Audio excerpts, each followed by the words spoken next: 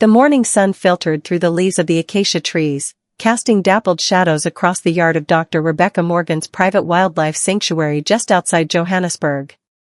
At 37, Rebecca had dedicated her life to rehabilitating big cats, particularly lions that could not be reintroduced to the wild. Her secluded 5-acre property, surrounded by an additional 20 acres of protected land, housed 3 such lions in expansive, naturalistic enclosures. Outside, Rebecca's 7-year-old daughter, Sophia, was bouncing a yellow ball against the side of their ranch-style home.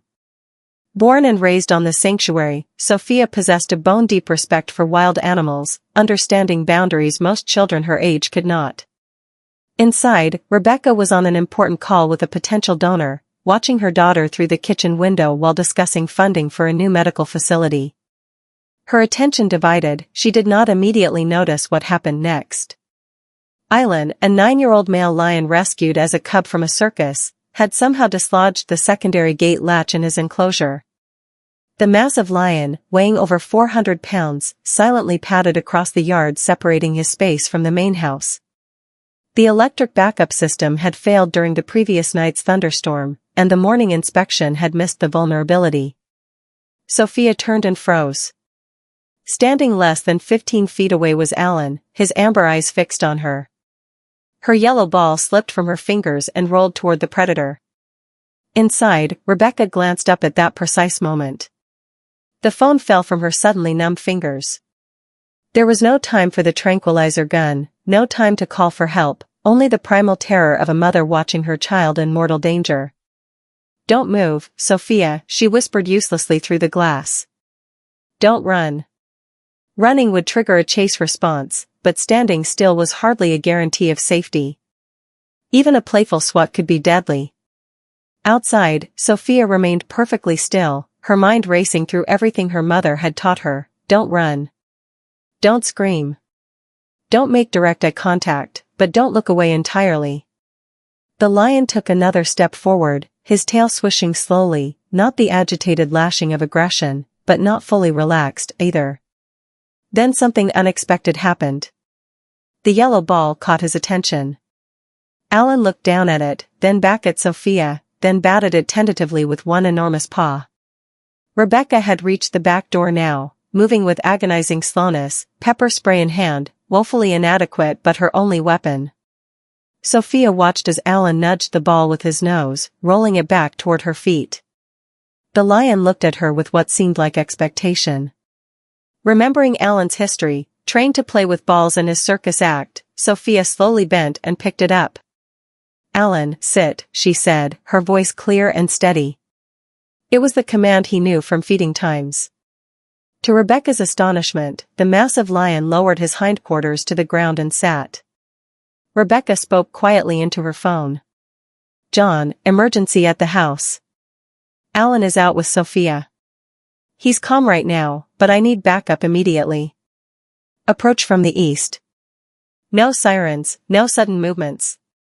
Outside, Sophia gently rolled the ball toward Alan. He batted it back with surprising gentleness. A game began, each exchange relaxing the lion further.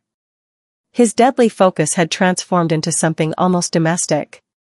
John, the sanctuary's head keeper, approached slowly with a tranquilizer rifle. Rebecca eased the door open. "Sophia," she called softly, "keep playing. John is coming to help."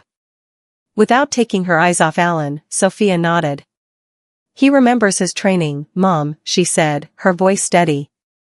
"He's being really gentle." Rebecca edged forward. "Can you ask him to lie down? Remember how we practiced?" Sophia gave the command with a subtle hand gesture. "Alan, down." The lion considered, then lowered into a sphinx-like position on the grass, eyes still on the ball. John adjusted his aim. "When I count to 3, Rebecca said, roll the ball a little further away, then slowly back toward me.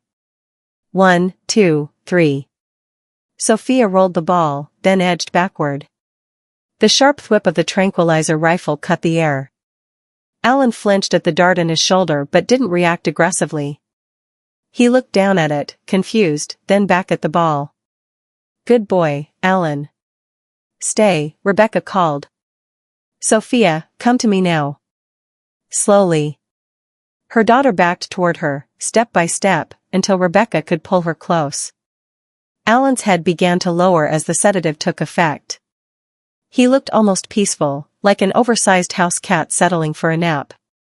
Handlers moved in with a transport stretcher, transferring the lion with care. Will he remember? Sophia asked. Rebecca thought carefully. Animals don't process memories like we do, sweetheart.